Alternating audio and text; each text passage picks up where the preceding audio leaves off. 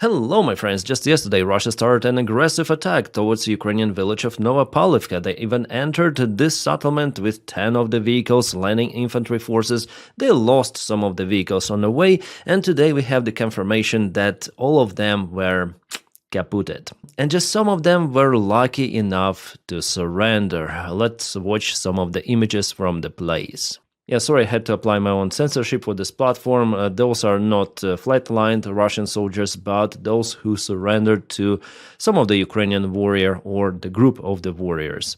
And those who did not surrender, well, their destiny is no-go. Russians also tried to advance to the same place with the second wave, but all of their vehicles were just demolished. So this rapid attack, which Russians tried to commence under the cover of fog, yes, kind of the poor weather conditions, it completely failed. And Ukraine was even capable to trophy one of the vehicles, BMP-1KH trophied by Ukraine. It looks, let me show you, like this. That's how it looks. Yeah, it's kind of the outdated BMP infantry fighting vehicle, uncomparable absolutely to Marder or Bradley, but still it's better to have this one. Could be used in some way, yeah. So this area is confirmed with the Russian losses, with the Russian surrendering to Ukrainian side. Absolutely great. That's why I like the map from the Myco 73, because you just click on everything of that and you have reference to Telegram channel usually, or to Twitter, where there is kind of the load censorship and you may see all of the data. The link for this military map you may find in the video description below. Also, yesterday I told you that Russians crossed this river here. Well, actually it was a little bit mistake of mine. Russians crossed this river. And let's go to the 3D map. I want to show you where Russians went in. So this is the Novopavlivka village. Russians advanced from Dachna. They crossed this river actually under the cover of fog. They climbed ahead and went forward to reach Novopavlivka. They occupied the part of the village temporary, and later on Ukraine sent its infantry forces and lots of the drones, kicking them out completely from this place. Yeah, Novopavlivka is kind of important because behind it there is the uphill to reach the plateau. Well, in real life it's not that steep, but still something like that. So Novopavlivka is still on the flat ground. So in general, Ukraine can have the positions here to repel Russian attacks, to operate with the drones. So higher ground is always better. The Ukrainian army here reacted quickly. We'll see if there are any more attempts of the Russian army to reach the same settlement, Novopavlivka, in the nearby future, because again the weather is kind of foggy. Now let's go to not so good news. Russians are putting their flags elsewhere in Danilivka. This is the Zaporizhia Oblast. It's bordering Dnipropetrovsk, and also in Novoalexandrivka, in the village of Hai, they put their flag. Well, so far it could be like a local flag operation. Just one infantry guy was spotted. Actually, the same guy was spotted in two of the positions. He was filmed here, he was filmed there, but we know that Russians sent more than one soldier to this area. They also continue to operate with the drones, since Russia presented some of the drone images, and unfortunately for the last few days, Ukrainian army has losses in vehicles.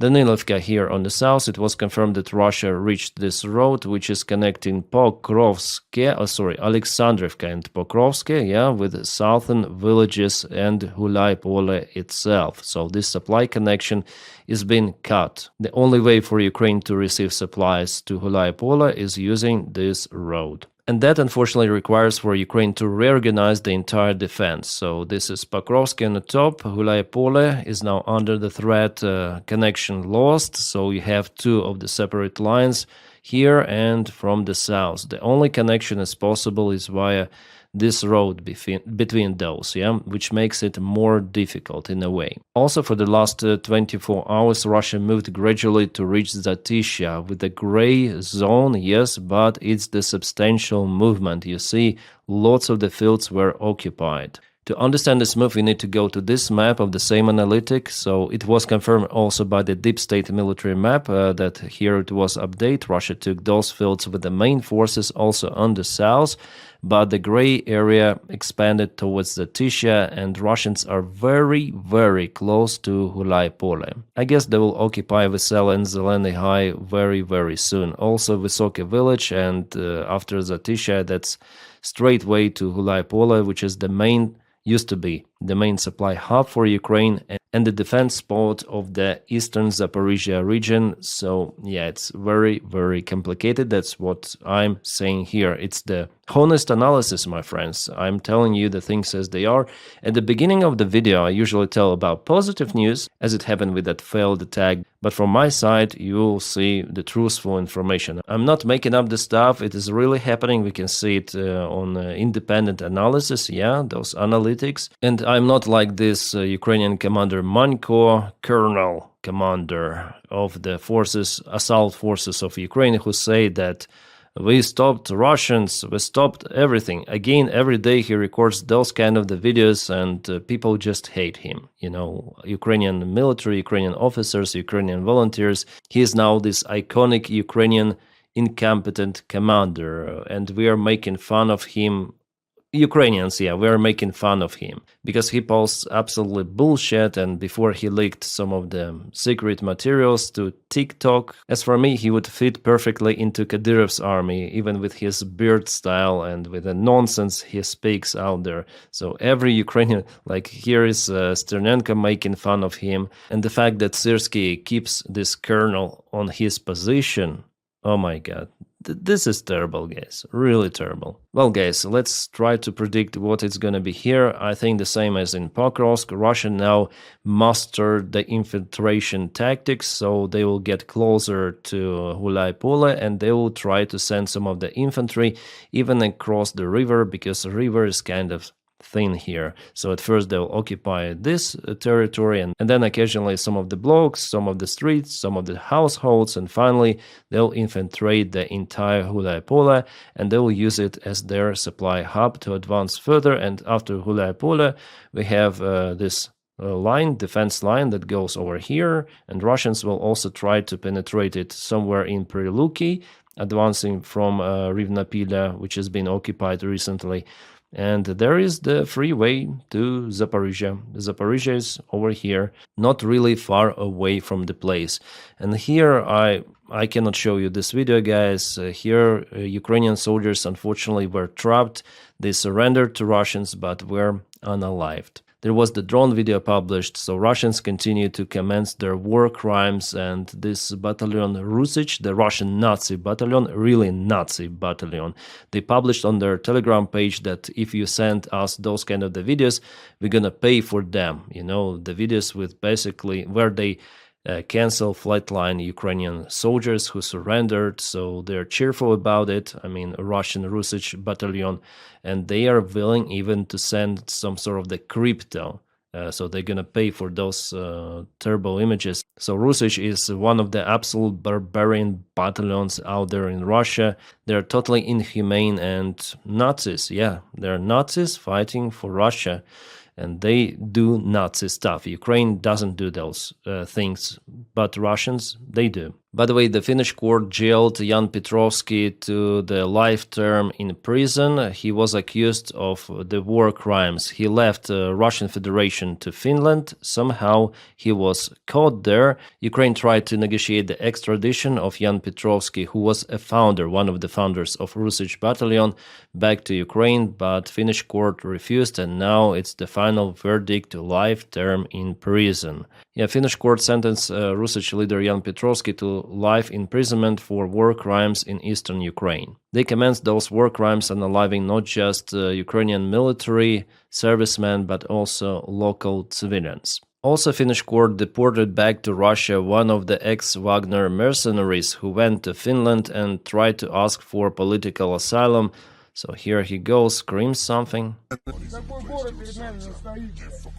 He says, no city will stand our force. So he is definitely pro-Russian, and finally he was deported back to Russia, where he will face criminal investigation for his betrayal. Could also obtain life term in prison, by the way. Well, since he was fighting in Ukraine against the Ukrainians, Finland here did a great job. After all, Russian prison is for those individuals kind of harsh compared to the Finnish one. Right, let's go back to the military map update. The problem that here Russia already crossed the main defense line of Ukraine, so they have the opportunity already to move towards Zaporizhia, and they're attacking quite fast in this area. They move fast, let's say, every day by several of the kilometers, occupying some of the villages in the north and the south. They're also quite close to Pokrovsk. Than just a couple of months ago they were very far away. Also, the fight is ongoing for Oristopol. Russians are using lots of the gliding bombs. Actually, they may cross the river here, the river of Vovcha, and advance to Pokrovsk from two of the sides.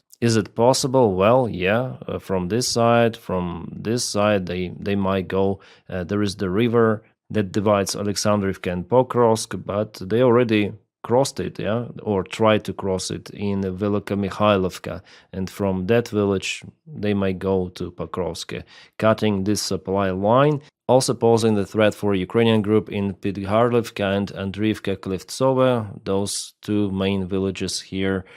Yeah, it's kind of concerning, knowing also that Russia sent some of the reinforcements to this place.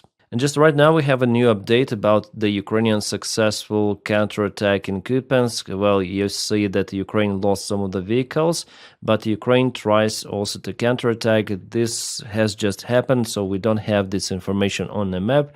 However, we have the video itself from the ground. Here we go with this video. There was the Russian convoy. Yeah, again, tried to attack Ukrainian positions. 1, 2 of the vehicles, maybe 3 somewhere there. Here Ukrainian warriors say that they spotted light armored vehicles on the way to our positions, all of them probably MTLBs converted into the Hunger vehicles. Later on, Russia sent some of the very light armored vehicles, or it's better to say unarmored vehicles. Those are the Dragon Ts, let me show you. Yeah, they tried to penetrate the Ukrainian defense there. Yeah, Russian army uses even regular vehicles for attacks, which is crazy, but they do it. Yeah, again, the Dragon Ts out there, and very tight bottleneck for the Russian vehicles, and they were stopped there. Well, maybe again there was some sort of the fog in the morning, but the weather improved. It may improve rapidly, like in a matter of minutes. 1 minute you have a thick fog, and later on it disappears completely, opening the sky and the opportunities for Ukrainian drones to reach Russian vehicles. Well, it was reported that it happened in Kupiansk direction, but where exactly, whether it is somewhere close to the city or maybe over here, so far it is not yet been identified. Now let's go to the Pokrovsk direction. Russia is using aviation gliding bombs, and you see that Ukraine mainly withdrew the forces from the southern area, which is good. I consider it a very good move from Ukrainian command, but still Syrsky keeps forces in Mirnograd, and it is very, very risky, because just recently Russians went across between the village Haryshina and Mirnograd itself. Well, here Ukraine still keeps control over the part of Rodinsk. Well, we'll see how it goes. The bottleneck here is very tiny for Ukrainian forces to evacuate without losses. So for sure, it is now not possible to not have the losses upon evacuation. I honestly do not understand why Ukrainian military command waited till this time. And the counteroffensive operation, as it was planned towards Chervony Liman here to cut this Russian flank, well, it didn't work simply because Ukraine has less forces. There was an attempt to cut it, but it didn't work. And now Russia appears more reinforcements here in an attempt to close this bottleneck. But, Russian military bloggers and pro-Russian bloggers, they report that they already closed this bottleneck like 2 weeks ago or something. But no, Ukrainian army is physically without encirclement, but the operational encirclement with the enemy fire is over there already for the very long time. But still there is the chance for Ukrainian army to move out, especially using bad weather conditions. I think that it should be done very, very fast.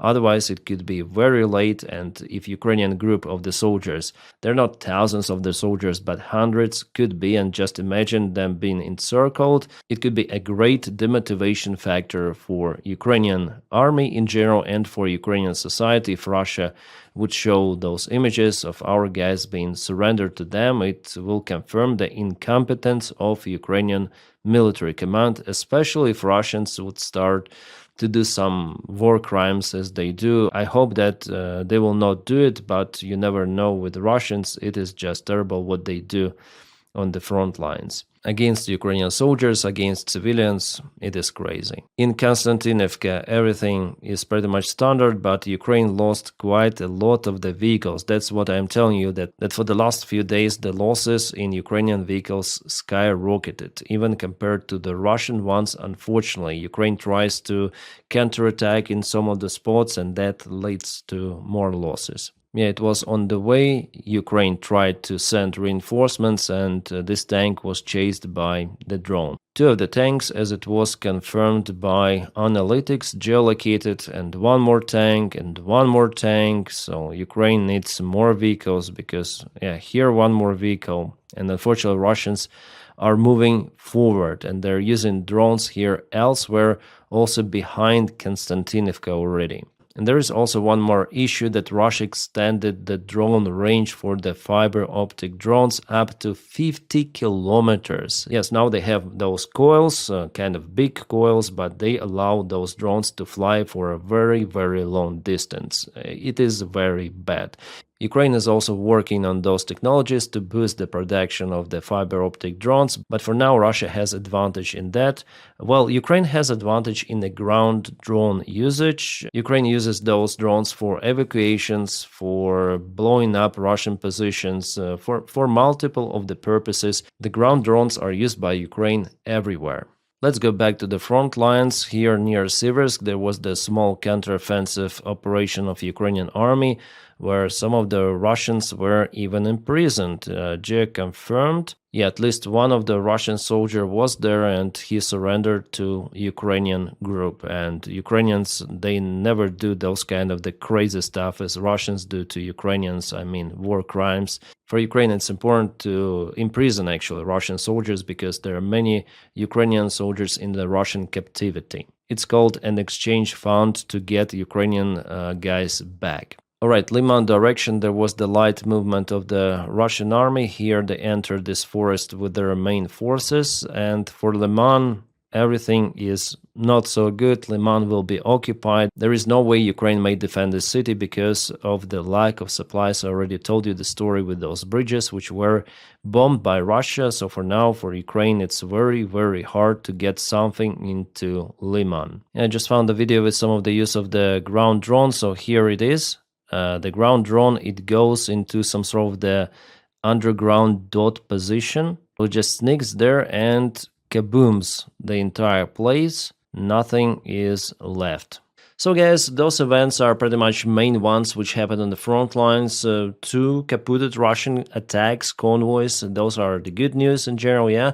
But Russia still gains the territories, especially in Zaporizhia.